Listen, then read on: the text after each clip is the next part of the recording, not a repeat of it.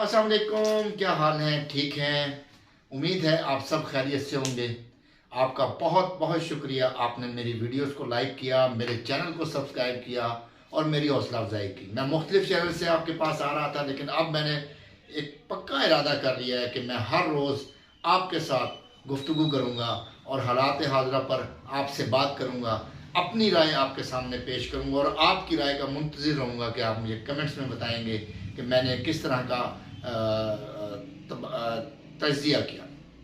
सबसे पहले जो आज की ब्रेकिंग न्यूज़ है कि राना सनाउल्लाह की गुमशुदगी का ऐलान हो चुका है।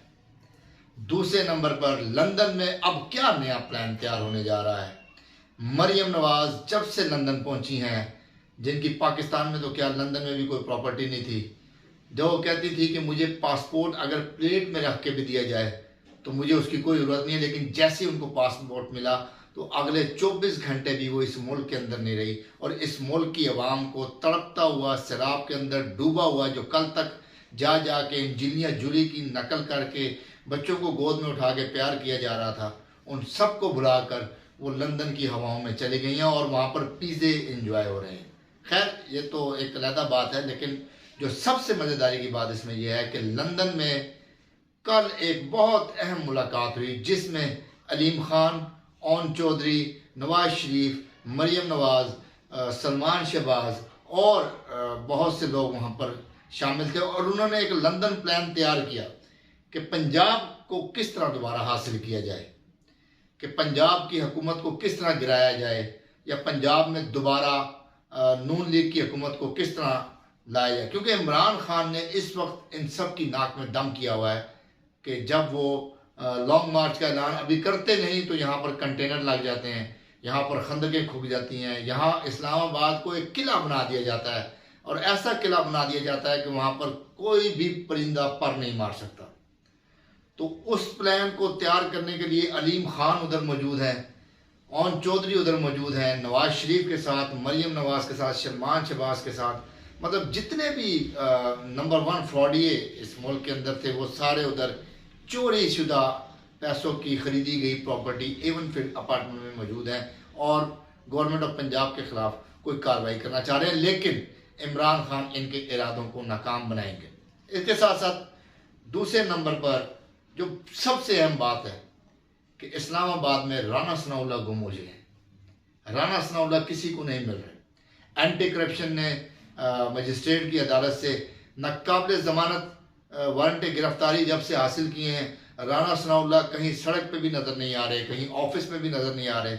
अब कहीं छुप कर बैठ कर बात करते हैं, कहीं पर बयान देना होता है तो वहाँ पर कैमरे मैन को बुलाया जाता है। मतलब मीडिया पे आके जो लोग ये कहते थे कि हम लॉन्ग मार्च के लिए ड्रोन्स के ज़रिए शेयरिंग करेंगे, हम रबड़ की इतनी गोलियाँ मारेंगे, हमने पहले 10 शेल चलाए थे, अब हम 100 शेल चलाएंगे, तो हमने पहले 50 गोलियाँ मारी थी, हम 200 गोलियाँ मारेंगे। मतलब किसको मारेंगे यार? पाकिस्तान की आवाम को मारेंगे। लेकिन जैसे ही उनके वारंट गिरफ्तारी जारी हुए, नाकाबिल ज़मानत वारंट गिरफ्तारी, वो बिल्कुल गायब हो गए, वो तो बिल्कुल ही गुम हो गए।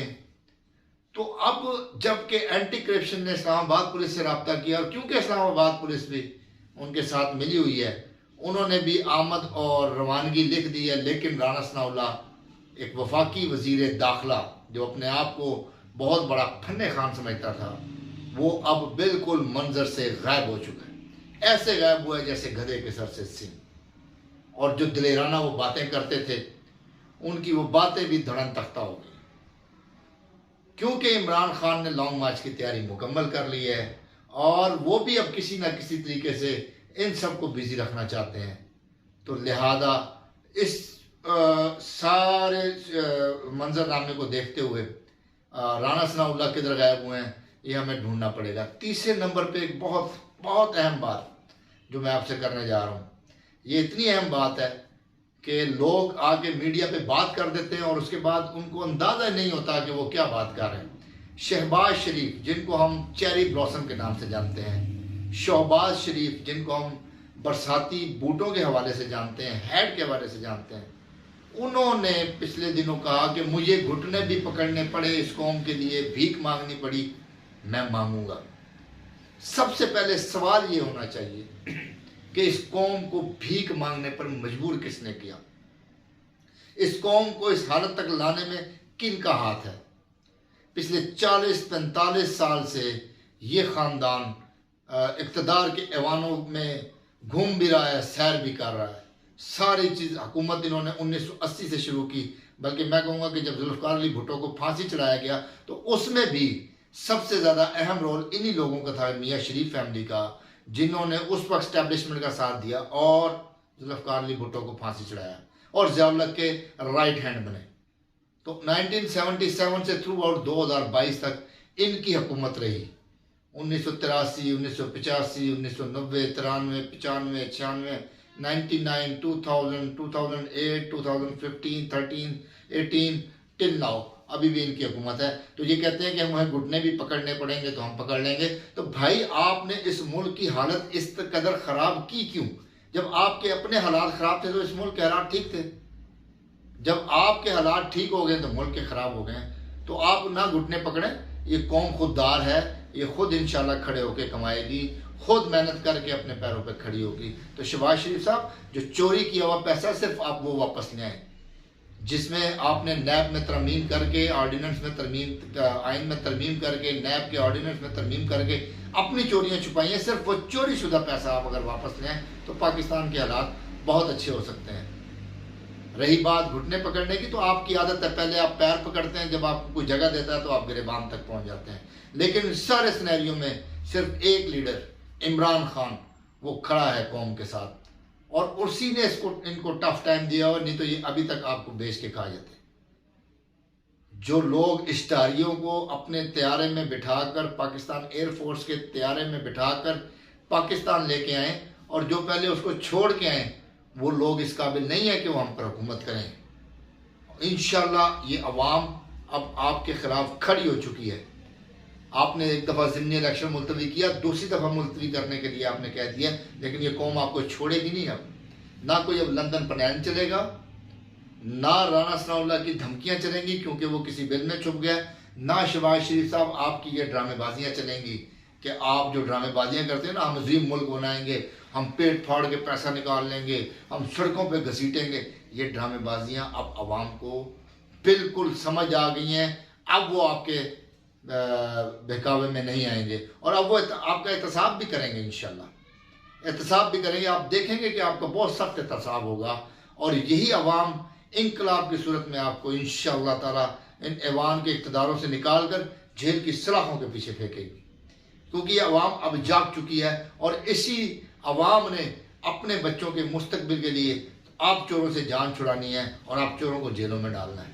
تو اب آپ تیاری پکڑ کے رکھیں. انشاءاللہ عمران خان ایک دفعہ پھر پاکستان کی باغ دوڑ سنبھالیں گے، اور باغ دوڑ سنبھالنے کے ساتھ سارے چوروں کو، چاہے وہ کوئی بھی ہو، چاہے وہ لندن میں بیٹھا ہو، چاہے وہ پاکستان کے کسی کونے میں بیٹھا ہو، سب کو پکڑ کے جیلوں کے اندر ڈالیں گے، اور پاکستان کو ترقی کی راہ پہ گامزن کریں گے، اور پاکستان کی دنیا میں عزت کرائیں گے. کیا وجہ تھی؟ آپ لوگوں نے مہنگائی کا شور مچا کے عمران خان کو سائڈ پہ کیا، اور آپ خود اب جتنی مہنگائی آپ کر چکے ہیں پاکستان کی تاریخ میں کبھی نہیں ہوئی. لیکن اب یہ عوام آپ کو نہیں چھوڑے گی. یہ عوام ہر سوال کا جواب مانگے گی آپ سے، اور آپ کو اب جواب دینا ہوگا. آپ ہر سوال کا جواب دیں گے، کیونکہ بغیر سوال کا جواب دیے آپ کو ہم لوگ نہیں چھوڑیں گے. آپ لوگوں نے ہمارے بچوں کا مستقبل خراب کیا، آپ لوگوں نے ہمارے تعلیمی اداروں کو تباہ کیا، آپ لوگوں نے ہمارے وفاقی اداروں کو تباہ کیا، PIA کو تباہ کیا، ریلوے کو تباہ کیا. سب کچھ تباہ کر کے صرف بنایا کیا؟ اپنی پراپرٹی، اپنی جائیدادیں، اپنے فلیٹس، اپنے سارے جہاز، ہیلی کاپٹر، سب کچھ آپ نے خود بنایا.